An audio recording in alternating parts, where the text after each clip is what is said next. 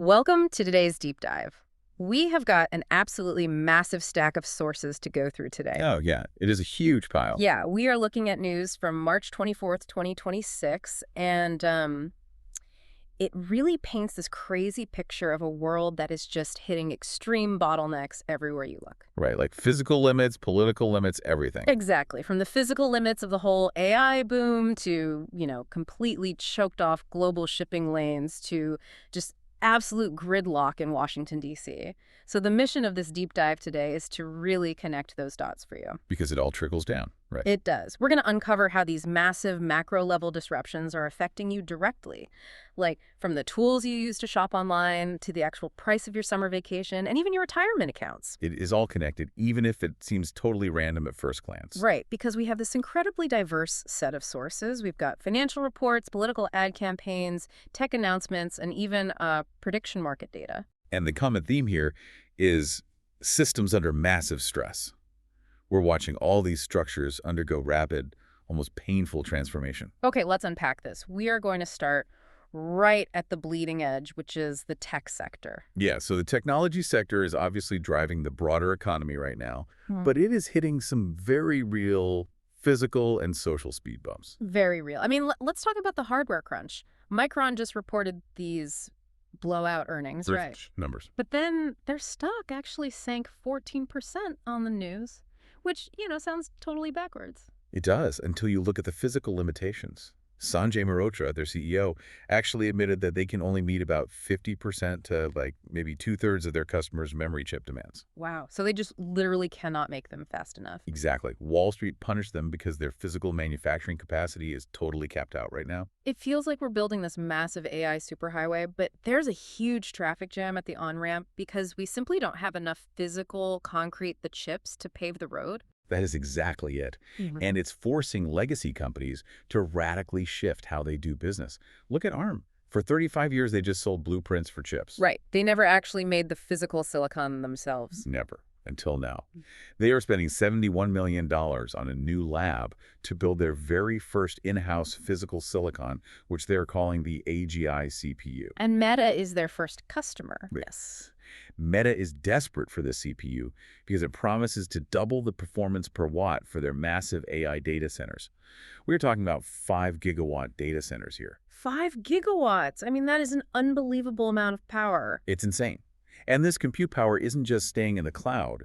It's entering the physical world. Google DeepMind is partnering with agile robots to put Gemini models directly into industrial manufacturing arms. Okay, so the AI is physically moving things now. Right. But then you look at retail, and the strategies are completely splintering. Gap is partnering with Google Gemini for what they call agentic checkout. Basically buying stuff right inside the AI chat. Exactly. But on the flip side, OpenAI is actually retreating from their own instant checkout feature. They admitted it's just too difficult to manage shopping carts and loyalty programs in a chatbot. Wait, really? The most advanced AI company is struggling with a shopping cart? Yeah. They're pivoting to product discovery instead, using apps like Shopify. And what's fascinating here is that the AI industry is realizing something crucial. Which is what? Solving the math is easy, but integrating AI safely into human society, whether that's processing a deterministic credit card transaction or something much darker, is incredibly difficult. Right, the darker side.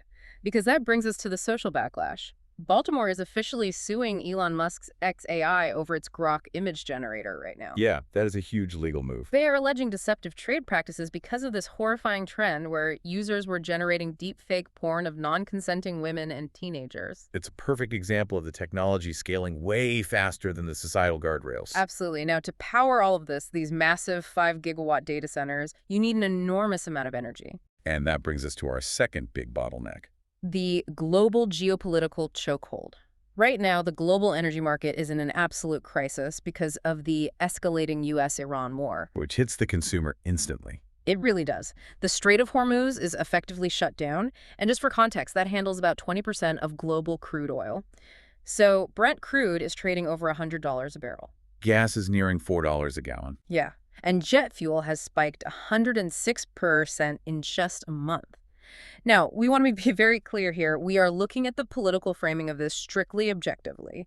We're just reporting what both sides are saying without taking any stance. Right, just looking at the mechanics of the messaging. Exactly. So on one side, you have lawmakers like Senator Elizabeth Warren warning the FTC about corporate price gouging. But then energy experts, like Ken Medlock, argue this is a pure supply shock. Right. It's not gouging, it's just that refining takes weeks. Right.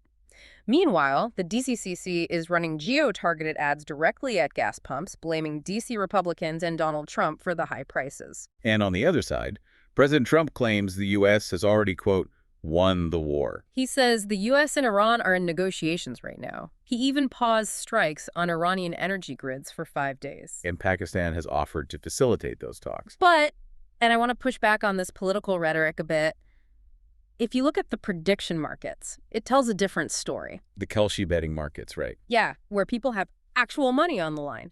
They are giving it less than a 25% chance that the Strait of Hormuz returns to normal traffic by mid-April. Money talks. Exactly. Shouldn't we trust the financial markets betting against a quick reopening over the optimistic political rhetoric? Well, there's a very interesting contrarian view on this from J.P. Morgan CEO Jamie Dimon. Oh, what's his take?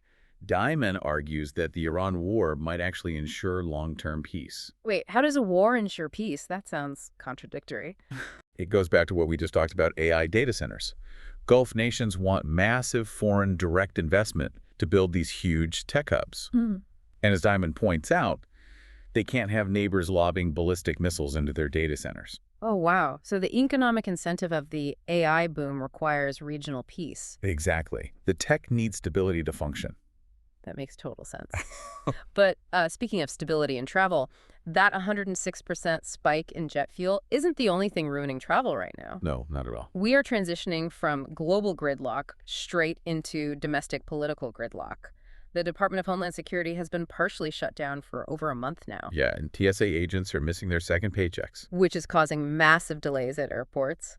And in this wild twist, Delta Airlines is actually punishing lawmakers for it. That was unprecedented. Delta literally suspended their VIP red coat airport escorts for members of Congress until they fix the shutdown. And again, looking at the political standoff objectively, the Senate and White House are actually nearing a deal to fund 94% of the DHS. So what is the holdup? It's pure ideology.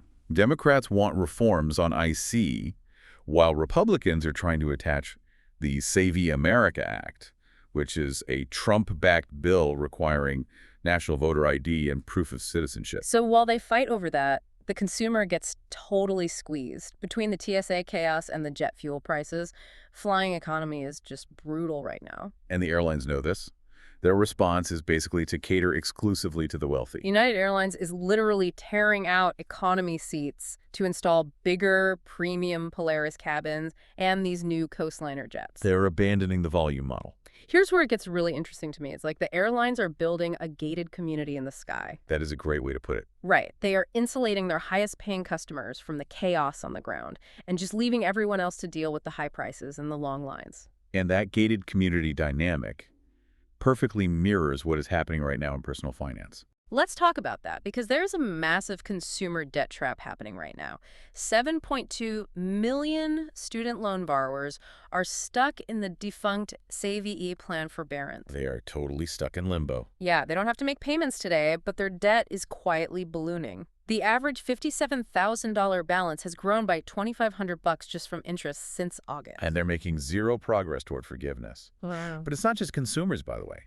Corporate debt is showing huge cracks, too. Really? Where? In the booming world of private credit, Moody's just downgraded an FSKKR Capital Core fund to junk status. Oh, wow. Junk status. Why? Because 5.5% of its investments, which are largely software loans, are in non-accrual, meaning the borrowers just stopped paying. Okay, so if we connect this to the everyday investor listening right now, target date funds just hit $4.8 trillion in assets. Massive amount of money. And they are getting cheaper, but also way more aggressive with stock allocations. So with these target date funds acting so aggressively, are everyday folks unwittingly taking on the risk of these cracking software companies without even realizing it? Unfortunately, yes. That is the hidden risk of these set-it-and-forget-it funds. Right. The retail investor absorbs that macro volatility. And what's really fascinating is looking at who is actually managing this $4.8 trillion. Right. There is a huge demographic shift happening. Exactly. There's a projected $105 trillion wealth transfer coming, which heavily favors female heirs. And we are seeing a flood of women, about 37.6%, entering wealth management in their 20s. But there's a massive bottleneck there, too. A huge one. Only 20.2% of them are actually making it into the lucrative revenue-generating advisory roles. So what are the rest of them doing? They're being bottlenecked into administrative tasks. Yeah. Right, as this massive wealth transfer to women is about to happen. Wow. So we are just seeing these intense friction points everywhere. I mean, we've outlined it all today. We are truly living in an era of massive bottlenecks. Everywhere you look. From the physical shortage of memory chips, to the choked-off Strait of Hormuz, to the gridlocked halls of Congress, and even these restricted pathways in personal wealth management. Friction is just defining the global economy right now. It really is. And I just offer this final thought to kind of synthesize the whole deep dive. Let's hear it. Think about the ultimate collision course we've outlined today. You have the AI boom, which demands an unprecedented, gargantuan amount of energy to survive. Right. And on the other hand, you have the global energy supply chain, which is currently being held hostage by some of the world's oldest geopolitical conflicts in the Middle East. Wow. Yeah. So if artificial intelligence relies entirely on energy, and energy relies entirely on geopolitical peace, our most futuristic, advanced technological leaps actually at the total mercy of our most ancient human conflicts. That is, wow. It's something to think about the next time you ask a chatbot to buy you a pair of jeans. That is an incredible point to end on. Thank you so much for joining us on this deep dive. Keep questioning the systems around you, and we will catch you on the next one.